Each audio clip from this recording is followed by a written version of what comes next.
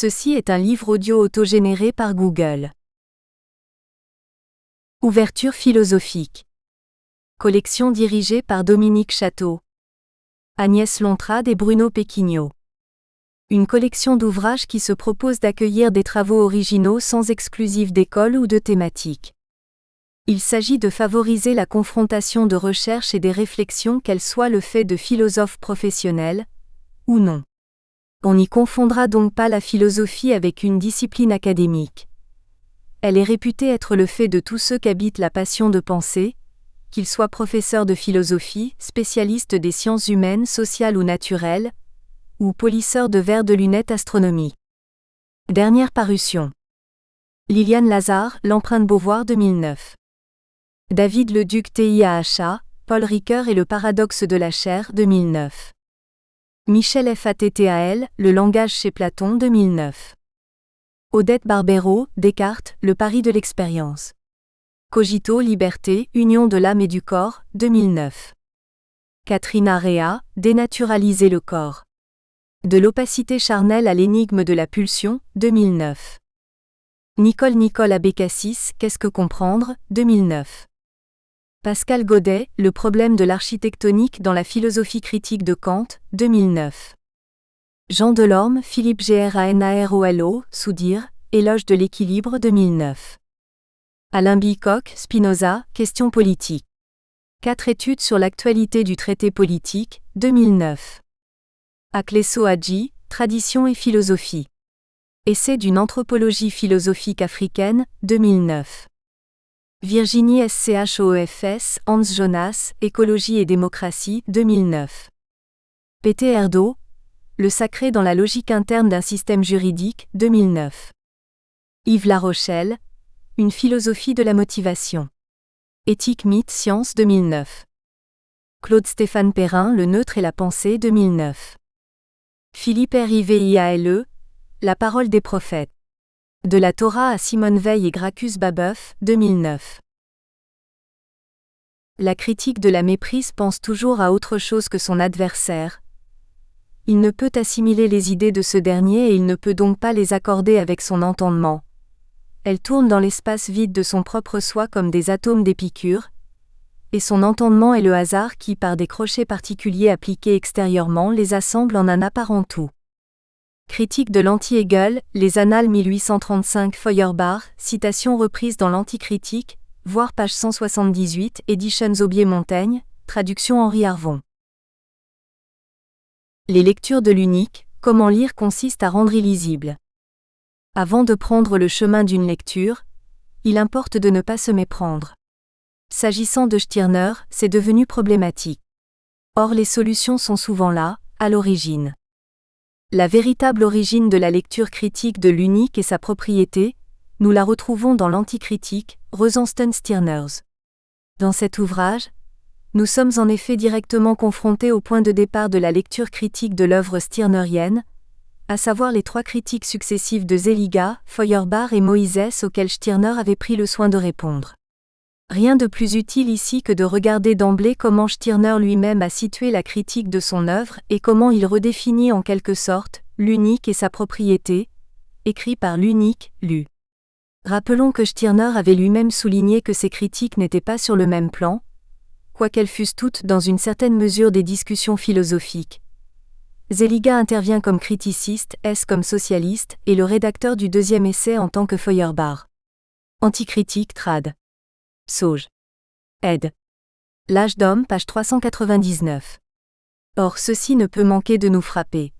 Face à l'historien des idées, Zeliga, face au premier idéologue qui fondera l'interprétation sociopolitique qui va se généraliser, face au philosophe, Feuerbach, Stirner répond en tant que logicien. Plus précisément en tant que logicien de l'absurde. Le jugement « tu es unique » ne signifie rien d'autre que « tu es toi ». Un jugement que le logicien appelle absurde parce qu'il n'énonce rien, ne dit rien, parce qu'il est vide ou qu'il est un jugement qui n'en est pas un. Ce que le logicien traite avec dédain, cela est assurément illogique ou n'est logique que formellement. Mais considéré logiquement, ce n'est plus qu'une phrase. C'est la logique trouvant sa fin en tant que phrase. Ibidem, page 404. On voit là que Stirner réduit la logique à sa plus simple expression. Derrière la tautologie ne s'exprime plus autre chose que le logicien lui-même.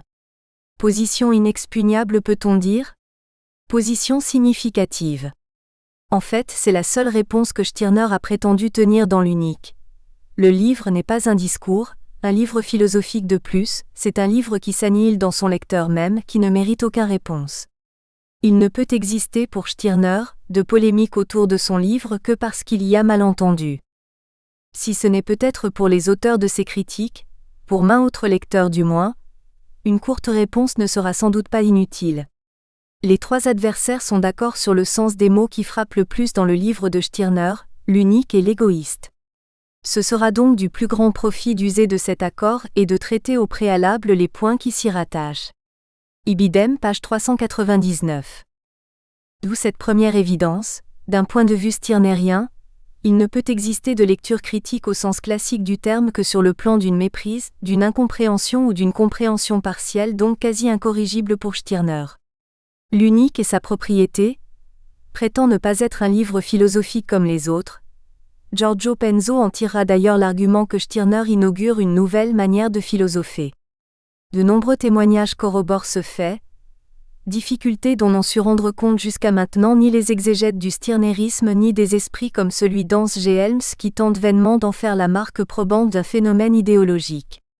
Stirner ne se fait pas faute de la rappeler clairement dans l'Anticritique. La science peut être absorbée en tant que vie par l'unique, dans la mesure où le quoi de ses spéculations se spécifie en tel et tel, qui ne cherche plus à se reconnaître dans le verbe, dans le logo, dans le prédicat. Ibidem, page 404. Cela rejoint une des thèses fondamentales de l'unique et sa propriété. S'approprier une lecture n'est pas autre chose que la consommer. Dans l'histoire des différentes interprétations de la pensée stirnérienne, il existe un poids fondamental qui ne peut être pesé et qui est le poids de cette science absorbée en tant que vie.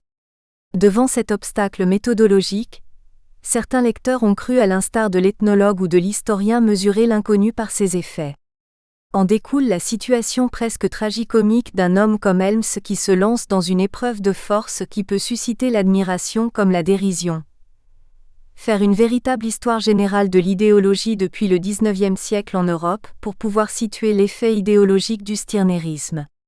Il y a là véritablement un piège qu'aucune prétention scientifique ne saurait cacher, quand on sait que du grandiose au dérisoire la frontière est souvent imprécise. Nous voilà conduits à reconnaître qu'il faut moins souvent se poser la question « Comment a-t-on interprété Stirner ?» que la question « Comment a-t-on utilisé le discours stirnérien voire consommé ?» Et surtout, qui a lu Stirner ? De ce point de vue, la critique contemporaine a fait quelques pas décisifs dans cette voie. Par exemple, le remarquable travail d'Hervé-Marie Forest cherchant à faire réapparaître un Marx lecteur de Stirner, Marx au miroir de Stirner, Editions Le Sycomore, 1979. Partant, il nous faut déjà faire ce constat. Stirner a plus été l'objet de jugements sommaires, d'opinions de seconde main, de critiques méprisantes ou peu informées. On peut même convenir avec Henri Harvon que bien des malentendus ont pour origine même une véritable malédiction, qui fut inaugurée dans le Ludwig Feuerbach an der Ausgang der klassischen deutschen Philosophie, d'Engels qui fit bien hâtivement de Stirner le père de l'anarchisme. Et de rappeler ici que Max Stirner ne s'attendait d'ailleurs pas à autre chose de la part des critiques. Leur mépris sous toutes les formes ne sont que les derniers avatars de l'égoïsme intellectuel qui caractérise le pensée propre de la critique. C'est bien par cette perspective extrême d'un nominalisme quasi pathétique, quasi prophétique que Stirner clôt d'ailleurs la discussion de l'anticritique. À quoi bon donc chercher une différence entre Bruno Bauer et Stirner puisque la critique est sans aucun doute la critique ? On est tenté de demander pourquoi S doit s'occuper d'originaux aussi étranges auxquels il lui est difficile de trouver jamais un sens autrement qu'en leur attribuant faussement son propre sens, comme il l'a fait dans sa brochure, et qui, comme il le dit dans sa préface, devait déboucher sur un non-sens. Pourquoi ? Puisqu'il a devant lui un si vaste champ humain de l'activité la plus humaine ? Pour conclure, il ne serait peut-être pas inopportun de rappeler aux critiques la critique de l'anti-Hegel par Feuerbach, page 4. Anticritique, trad. Harvon, page 169. Problème amusant. Par quel nominalisme peut-on convaincre un nominaliste de ne plus être nominaliste ? Le discours stirnérien fut objet de mépris parce que de méprise. Constante qui n'a été que très insuffisamment interrogée par la critique, fait qui, comme le souligne Hervé-Marie Forest, a eu des conséquences encore incalculées et qui ne concernent pas que le seul cas Stirner. Car Engels et Marx furent soucieux de Stirner, de le lire et de s'y chercher, de lui répondre. Plus peut-être que nous ne le sommes aujourd'hui, et le fûmes jusqu'ici d'en comprendre les motifs. L'histoire des lectures de Stirner a pourtant laissé une place non négligeable, théoriquement parlant, à l'idée selon laquelle, puisqu'une critique de la doctrine même de Feuerbach fait défaut dans l'idéologie allemande, ce manque résulterait d'un impact stirnerien. Plus précisément, un relief unicitaire surgirait du rejet marxien de l'homme, de l'amour et de tous les prédicats génériques. Mais comme Stirner ne tient cette position qu'à la mesure d'une inconnue, Marx n'étant jamais revenu sur Feuerbach, l'idée d'une fonction de Stirner, et donc de Saint-Max, est restée une idée sans fonction, malgré les appels longuement réitérés d'Henri Harvon. Depuis son Max Stirner aux sources de l'existentialisme 1954, jusqu'au petit ouvrage qu'il lui consacre chez Segers 1974, il n'est pas d'analyse qui soit venue corroborer ou infirmer cette thèse, toutes l'ont contournée. Marx au miroir de Stirner, page 182. On ne peut pas mieux dire. Ainsi, il faudrait faire à propos de toutes les lectures de l'unique, ce que tente de faire Hervé-Marie Forest à propos de l'idéologie allemande, en se posant la question, quelle lecture du stirnerisme la traverse ? Et aussi bien, quelle est la signification de cette lecture pour celui qui l'opère ? Stirner pose un problème inédit de logique. Pour ce qui concerne Marx, Forest parvient à quelques conclusions significatives. Marx s'est formé lui-même en déformant Stirner, et ce n'est pas pour des raisons formelles que l'idéologie allemande se présente comme un ignoble pamphlet.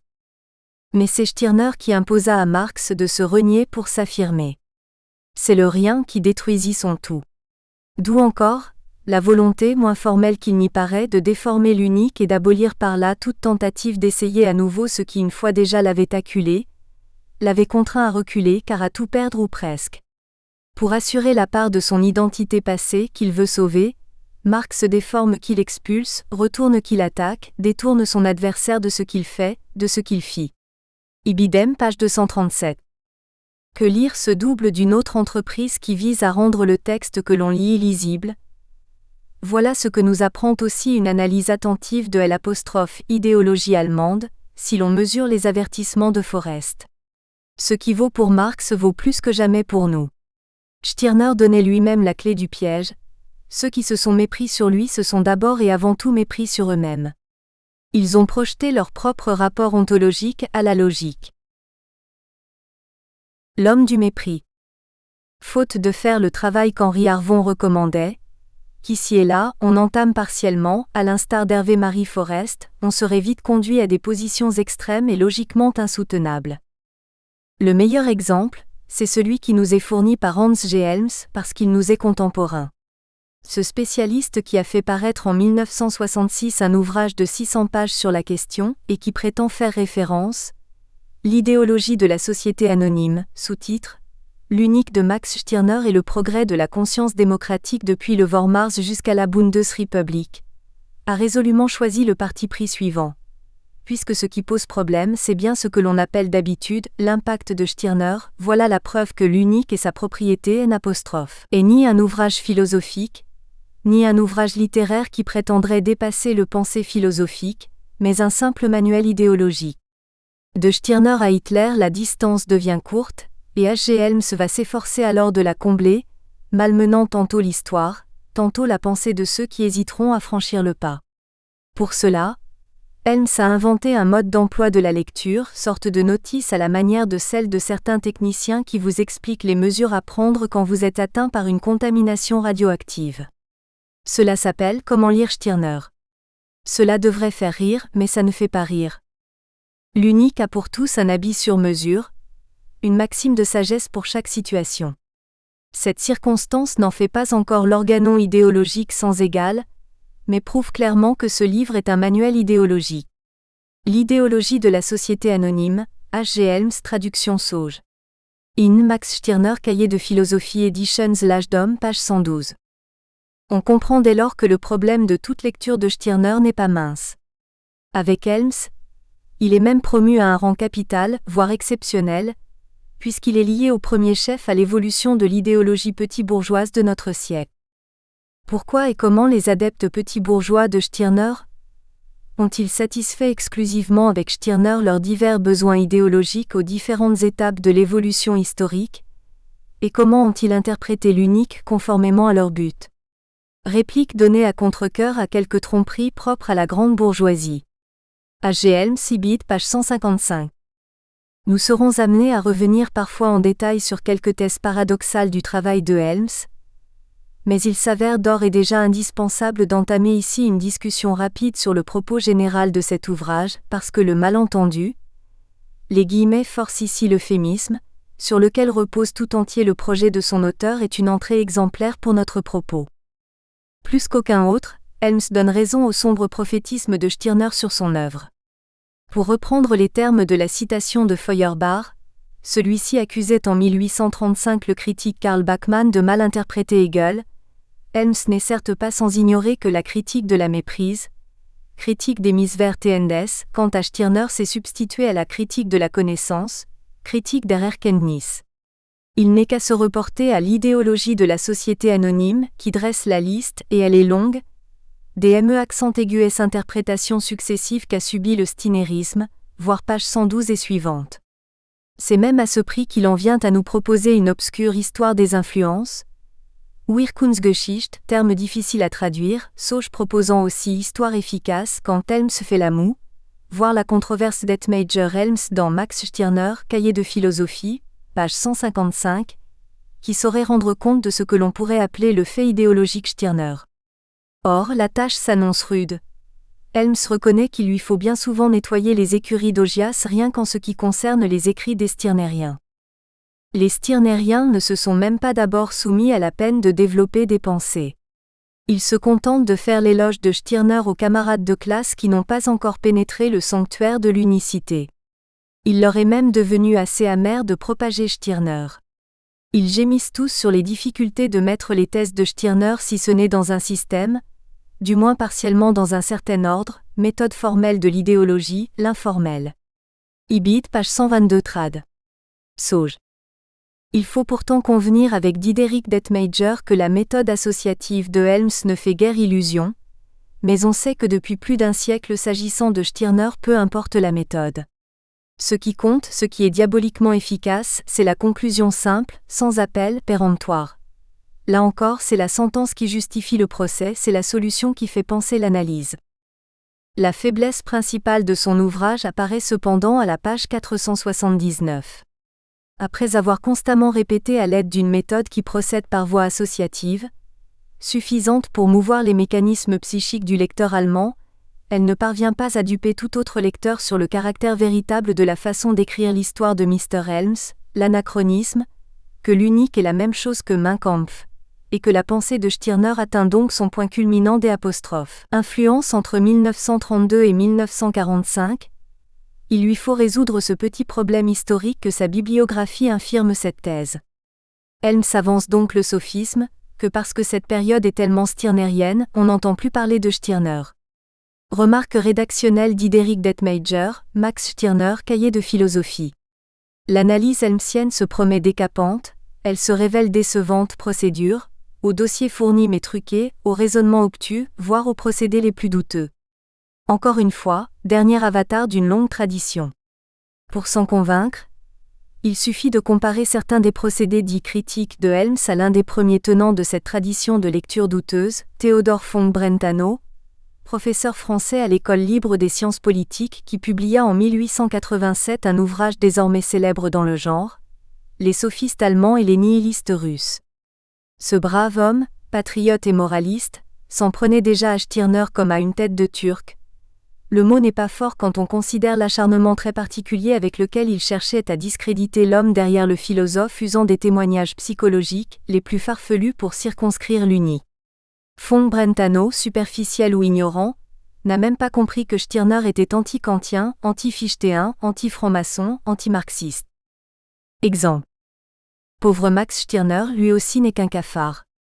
Il croit au progrès, il croit à la puissance de la parole et avec sa plume il veut bouleverser le monde, Précisons au passage que pour von Brentano, Stirner conduit à Marx, ce qui l'autorise à faire quelques superbes confusions ou prophéties.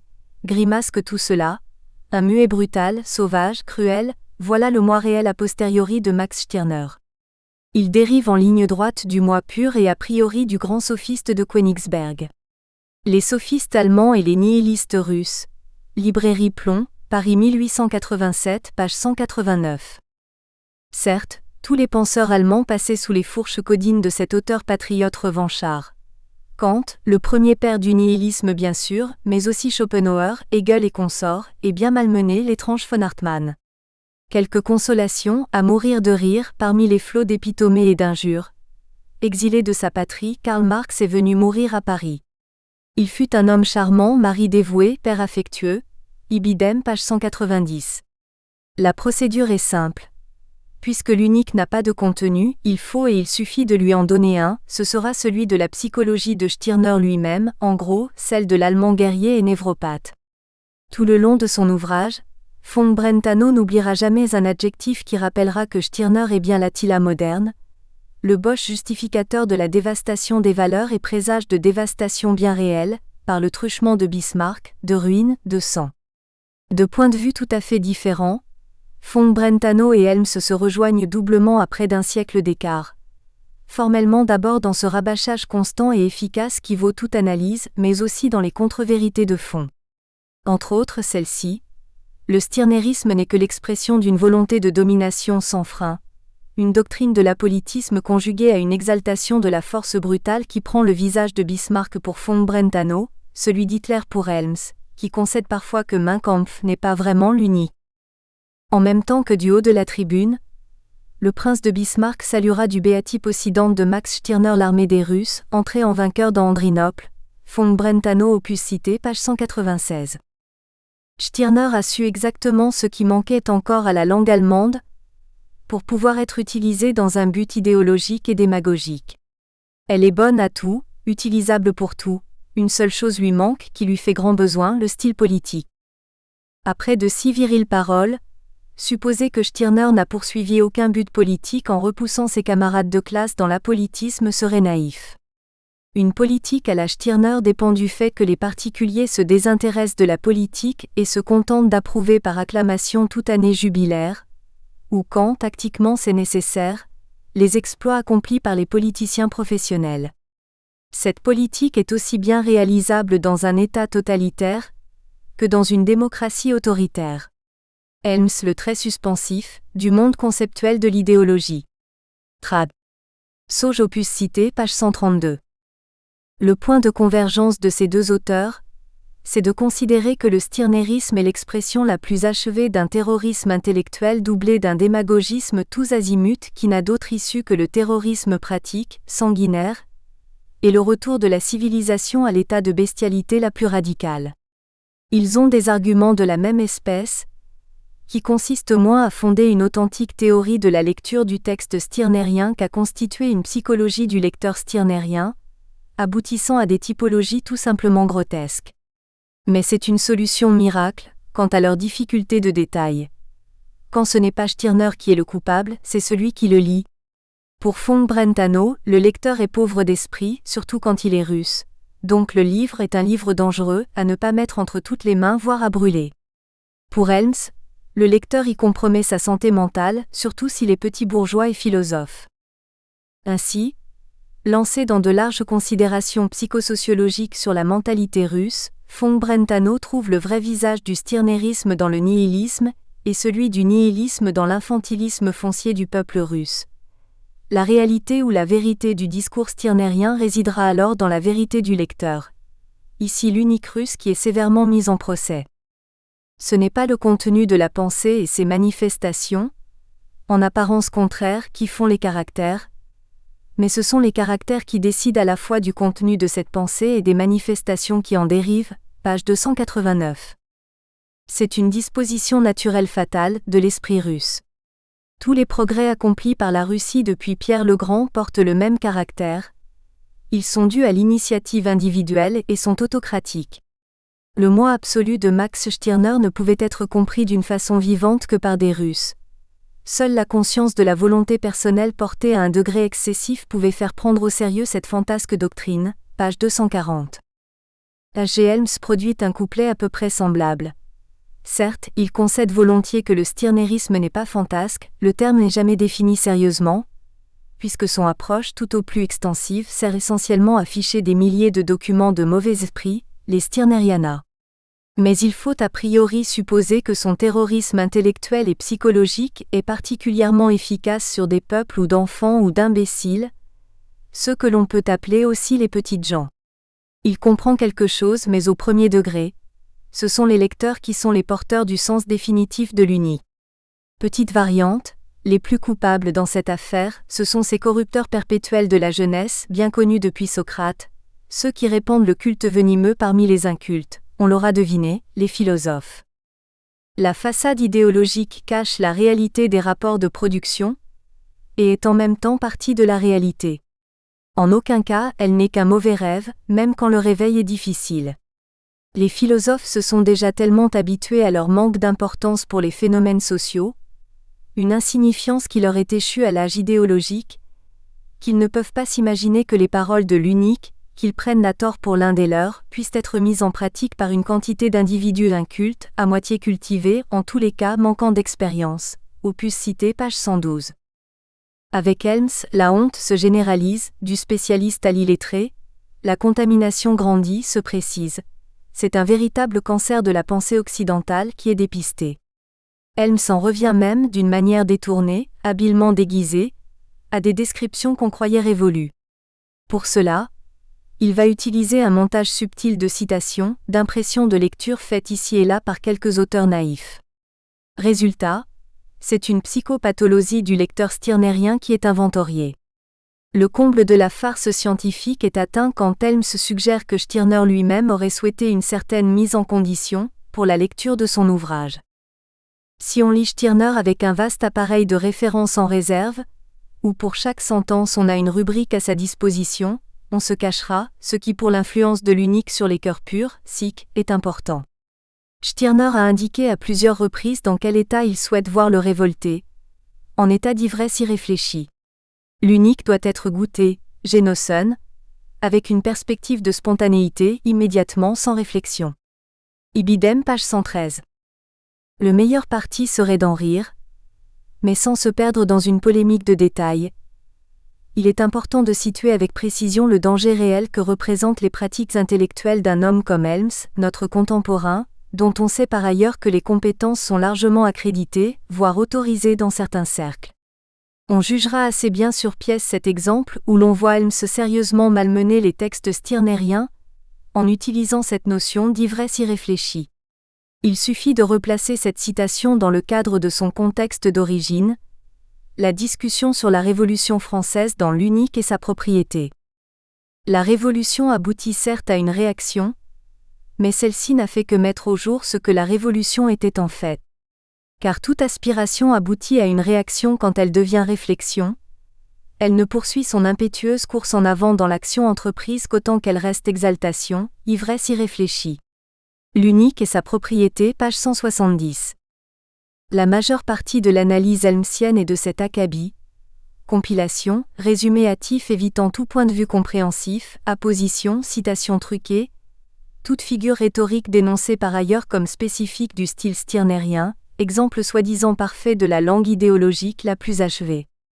Helms a tiré de bien mauvaises leçons de l'idéologie allemande, de citer les extraits les plus équivoques des disciples stirneriens, Paul Carus, Rudolf Steiner, Herbert Reed et autres. De s'appesantir sur les cas les plus douteux, ainsi l'expérience personnelle de Rolf Engert. Il s'agit alors d'un sentiment enivrant de soi, de l'ivresse de la première grande expérience de soi que l'on fait, et chez ceux qui sont les gaillards qu'il faut pour cela, lorsque les vapeurs s'en seront peu à peu dissipées, elle ne s'achèvera pas en migraine, mais se transformera en la confiance et la conscience de soi de l'homme devenant mûr. Ibidem page 113. Nous reviendrons un peu plus loin sur les thèses extrêmes de Helms, mais résumons du moins l'axe résistant de ses conclusions. En quoi la pensée stirnerienne ne serait-elle qu'idéologie ? En ce qu'elle est une pensée qui fascine, une pensée où hypnose et excitation tiennent balance. Démonstration si l'on peut dire. Pourquoi ne pas le dire? Stirner est un démagogue accompli. L'aspect démagogique de Stirner tient à l'appel qu'il fait au lecteur de s'identifier à l'unique, à se transformer sous l'impression de la lecture en unique jusqu'à ce que l'on soit quelqu'un qui existe à la même hauteur. L'identification est un jeu d'enfant quand on est de même sentiment. Pas très malin pour un spécialiste de l'idéologie. Comment s'y était-on pris pour nous mettre le même sentiment? Conclusion. Le danger qui peut résulter de la lecture de l'unique est conditionné par l'état de conscience des classes moyennes. Des prosélytes dans les autres classes sont exceptionnels. Aussi longtemps que la conscience de la classe moyenne succombe à la croyance de l'identité, à la fausse individualité comme unicité, l'unique dominera directement ou indirectement cette conscience et au-delà des porteurs de cette conscience, la société. Ibidem.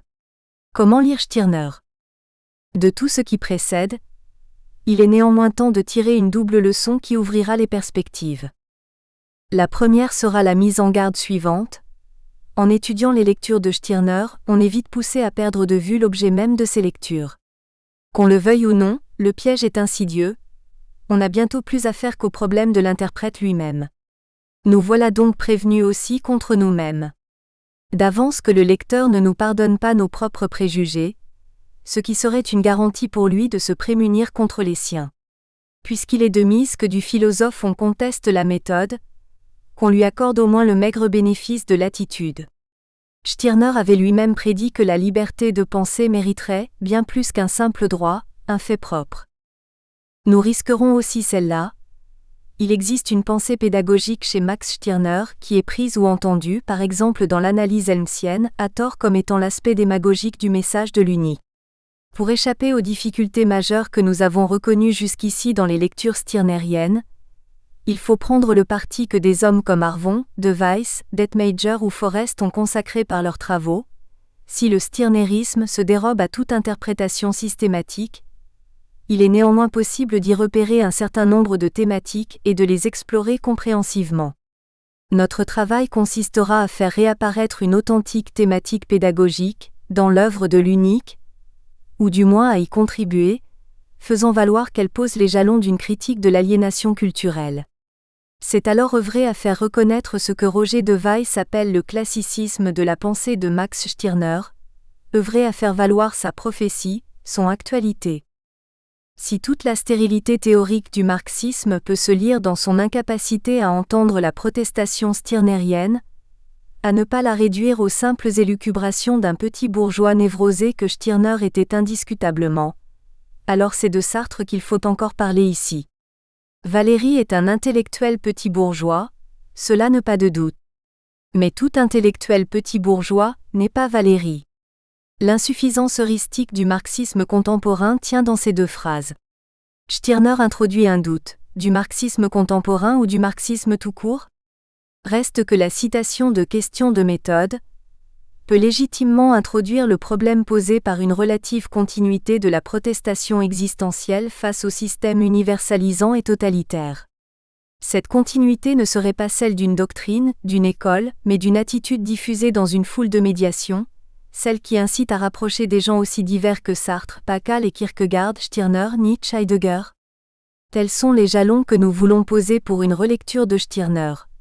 Son classicisme, c'est-à-dire sa capacité de réincarner et de réactualiser la dialectique fondamentale de la philosophie. Stirner, Classicisme et prophétie, Roger De Weiss in Max Stirner, Cahier de philosophie, page 228. De tout ce qui a précédé, il reste à retenir une leçon générale. Il y a, à n'en pas douter, un cas Stirner comme il y a eu un cas Nietzsche. C'est même un des rares mérites des études historico-philosophiques de H. G. Helms d'en donner indirectement une première idée, d'en dresser le cruel dossier. Pour sa part, Nietzsche disait « Tout profond penseur craint davantage d'être compris que mal compris ». Stirner n'aurait peut-être pas repris à son compte une telle affirmation, mais il ne fait pas de doute que comme Nietzsche, il a été victime de ce qui va plus loin encore que la méprise, le mythe. Ces deux penseurs au moins sur ce point sont désormais apparentés. Sous la sinistre augure d'Hitler, Helms n'a-t-il pas fait de Stirner ce que Lukács a tenté de faire à propos de Nietzsche, voire la destruction de la raison, Ed Larch? La petite histoire des lectures. Nous n'avons procédé qu'à un tour d'horizon de quelques difficultés de lecture. Il s'agit désormais de les reprendre et de chercher à trouver de toutes ces confusions savamment entretenues, ce que l'on pourrait appeler leur ligne de force. Il faut trouver la finalité de l'unique. C'est à partir de là qu'on peut montrer comment la question pédagogique qui est posée par le discours de l'unique vient embrasser les enjeux d'une lecture possible de Stirner. Puisqu'il nous faut repartir à zéro, nous repartirons du pas de l'histoire, ou du moins de cette petite histoire des lectures de l'unique et sa propriété. En cette matière, Henri Arvon nous sera un guide précieux. À sa publication en fin de l'année 1844, le livre rencontra un succès qui, s'il fut vif, n'en fut pas moins éphémère. 2 ans plus tard, il est presque déjà oublié. Pourtant, comme le souligne Arvon, il laboure l'esprit en 1845, c'est avec des arguments fournis par l'unique et sa propriété qu'on lutte contre le socialisme et le feuerbachisme. Arvon en prend pour témoin Arnold Ruge, le dottor Graziano de l'idéologie allemande, qui parle à son propos de libération théorique des Allemands. Mais cette clé est indispensable pour comprendre pourquoi le livre a échappé à la censure prussienne. Puis c'est l'oubli, ou presque. Une petite mention dans l'Histoire de la philosophie d'Erdmann 1866 et une dizaine de lignes dans l'Histoire du matérialisme de Lange, celles qui auront un peu plus tard pour lecteur. Nietzsche et John Henry Mackay, le premier en 1866, le second en 1888 au British Museum de Londres. Dès lors, c'est un double avenir que va connaître l'unique. Un avenir secret, diffus, qui travaille comme l'eau sous la roche qui la réprime. Un second, fait de la résurrection à laquelle Mackay consacrera toute sa vie, érigeant Stirner en père spirituel de l'anarchisme. Les actualités successives de l'unique commencent. Quel minestrone! Dans sa contribution au colloque organisé par la Fondation Luigi Einaudi en 1969, Henri Arvon remarquait: l'unique et sa propriété a connu jusqu'à présent 4 périodes de rayonnement intense. Max Stirner fait sa rentrée sur la scène philosophique à la suite de Nietzsche. Le fascisme d'après-guerre se réclamera du dernier et parfois du premier. La 3e renaissance de Max Stirner appartient à l'époque qui suit immédiatement la Deuxième Guerre mondiale. La dernière appartient aux événements qui se sont déroulés en France en mai 1968. Max Stirner, Cahiers de philosophie opus cité, page 90. Henri Arvon en revient donc, à peu près, à la thèse d'Albert Lévy qui diagnostiquait dès 1904 une conjonction de l'effet Nietzsche et du travail efficace de Mackay, Stirner et Nietzsche, thèse Paris-Alcan. Mais cette actualité-là, n'est-ce pas celle qui guidait son travail? En Stirner, Albert Lévy lisait Albert Lévy. Ce résumé un peu trop clair a le désavantage de minimiser un autre facteur. L'apparition des mouvements nihilistes russes dès 1880 et la forte réaction qu'ils engendrent. L'ouvrage de von Brentano est révélateur. Il date de 1887, bien avant donc les travaux de Mackay. Le nom de nihilisme, que Jacobi avait donné à la philosophie kantienne et par lequel Tourguenieff désigna les opinions des anarchistes russes, n'est réellement applicable qu'aux disciples immédiats de Max Stirner et à quelques admirateurs de Schopenhauer ou de M. von Hartmann. Les opinions de la secte, ch 23, page 279, in les sophistes allemands et les nihilistes russes. Max Stirner apparaît alors très tôt en tête de la liste noire des prophètes nihilistes que les événements russes vont actualiser désormais, dans toute l'horreur de la violence. L'œuvre stirnerienne avait tout à fait le profil, qui pouvait correspondre aux problèmes qui étaient posés aux tenants de la réaction. Trouver le bouc émissaire idéologique de cette violence. Le refus de tout principe, des lois, de la religion, de l'État, du droit, de la morale, tout cela pris à la lettre et habilement déguisé y conduisait sans grande difficulté. Ainsi commence pour le livre, l'ère de la calomnie. On sous-estime ce fait simple, von Brentano ne doit rien à J.H. Mackay. Avant même que Stirner ne soit connu ou reconnu, diffusé ou rediffusé, concrètement, il est déjà dénoncé comme subversif.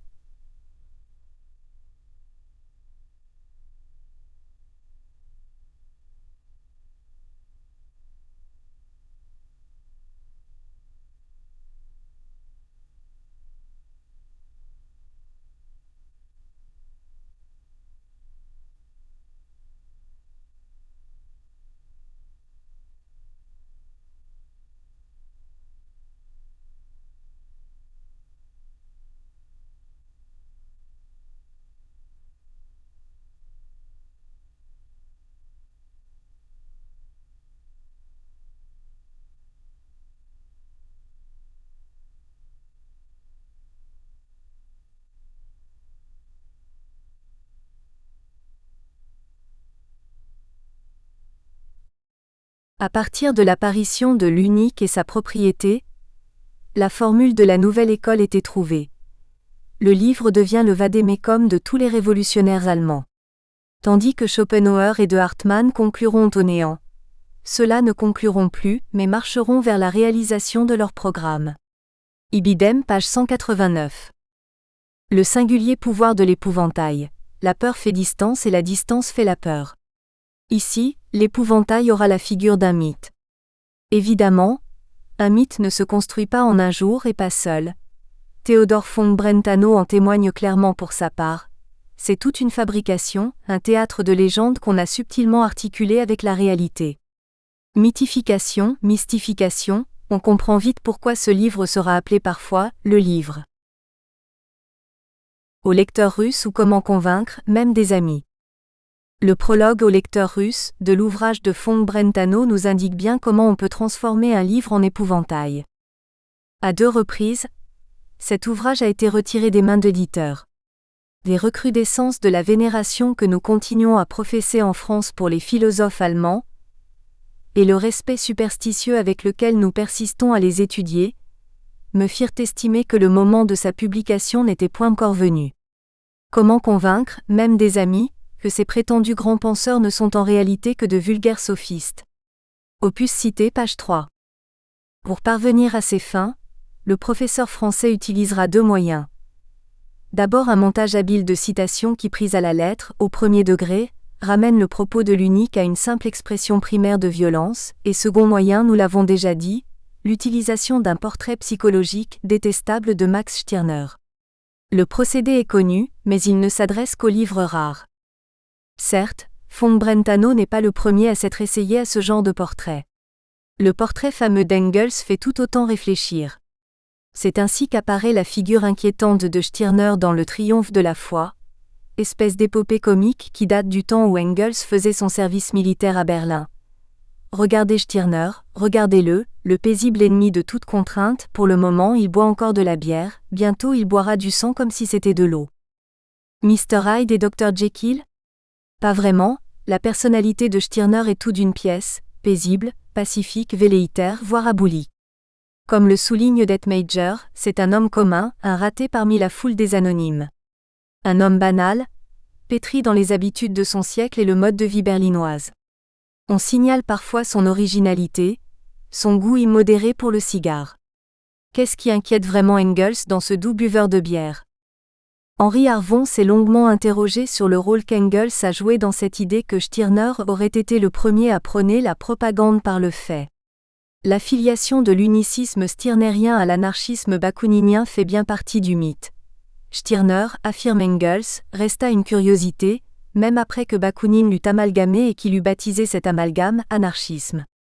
Disons tout de suite qu'il s'agit là d'une affirmation entièrement gratuite. Au moment où Bakounine élabore son œuvre doctrinale, c'est-à-dire au lendemain de la Commune, Stirner est bien oublié. Aussi Bakounine ne le mentionne-t-il nulle part. Les idées mêmes de Bakounine ne reflètent en aucune manière l'unicisme absolu de Stirner. C'est un catéchisme social qui prêche l'abolition des classes, l'égalité des sexes, la mise en commun de la terre et de toute richesse, doctrine peu conforme et parfois même incompatible avec le code éthique de Stirner. C'est tout au plus par l'athéisme et la négation de toute autorité que Bakounine semble se rapprocher de Stirner. Mais ce sont là, chez Bakounine, des postulats de pratique révolutionnaire alors que Stirner les déduit de son ontologie du moi. L'élément stirnerien qu'Engels croit discerner chez Bakounine semble être le culte que celui-ci voue à la destruction et qui modifie sensiblement l'anarchie au fond paisible et constructif de Proudhon. Aux sources de l'existentialisme, Max Stirner Puf 1954, pages 170 à 171. Dans l'élaboration du mythe Stirner, il ne fait pas de doute qu'Engels occupe une place déterminante. Rappelons-nous du fait qu'Engels était à la fois celui qui, dans ses lettres à Marx, faisait valoir que Stirner était parmi les intellectuels de son temps celui qui avait le plus de talent, de personnalité, d'activité, et d'autre part celui qui, avant même la publication de l'unique, croyait pouvoir deviner en Stirner le modèle du terroriste révolutionnaire. Ce double rapport d'attirance-répulsion d'Engels envers Stirner, même Marx devra y faire face. Lettre d'Engels du 19 novembre 1844, c'est par égoïsme, abstraction faite d'éventuels espoirs matériels, que nous sommes communistes, et c'est par égoïsme que nous voulons être des hommes et non de simples individus.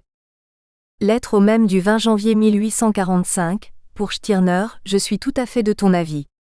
Lorsque je t'ai écrit, je me trouvais encore trop sous le coup de l'impression que venait de me faire le livre, mais maintenant que je l'ai refermé et que j'ai pu y réfléchir davantage, j'en arrive aux mêmes conclusions que toi. Engels a bien failli succomber à la démagogie de l'unique, pour reprendre les termes d'Helms. Cela eût été une conversion de taille. Les termes d'Engels laissent penser que la fièvre est passée. Il suffisait de fermer le livre et de reprendre ses esprits. 2 mois et sans rechute, mauvais souvenir à oublier. L'idéologie allemande, s'écrira à froid pourrait-on dire. Dès 1841, Stirner troublait le jugement d'Engels, le dérangeait, l'inquiétait. Ce Johann Caspar Schmidt est à la fois une espèce de Dupont allemand et un homme qui remet en cause plus qu'il n'est permis, qui va plus loin, qui va trop loin. Dès que les autres poussent leurs cris sauvages, à bas les rois, Stirner complète aussitôt, à bas aussi les lois. Le triomphe de la foi. Étrange contradiction ? Henri Arvon résume les témoignages divers de ces bruyantes soirées berlinoises auxquelles le jeune Engels participa. Homme libre par les hommes libres, Stirner ne se laisse cependant pas entraîner dans le tourbillon étourdissant de leurs manifestations tapageuses. Révolutionnaire à outrance dans la discussion, il garde une attitude compassée. Opus cité page 14. Et ce n'est pas par hasard que l'idéologie allemande fait de longues évocations de cette condition contradictoire de Stirner, petit professeur qui pense ce qu'il pense et pourtant ne fait rien. On trouve même, au-delà du procédé rhétorique, un très réel acharnement à blesser psychologiquement, à blesser symboliquement Jacques le Bonhomme. Par exemple les étranges et douteuses allusions à la seconde femme de Stirner, Marie d'Anhalt. Le ridicule pouvait-il... Nous espérons que vous avez apprécié cet aperçu. Pour continuer à écouter ce livre audio sur Google Play Livres, utilisez le lien dans la description de la vidéo.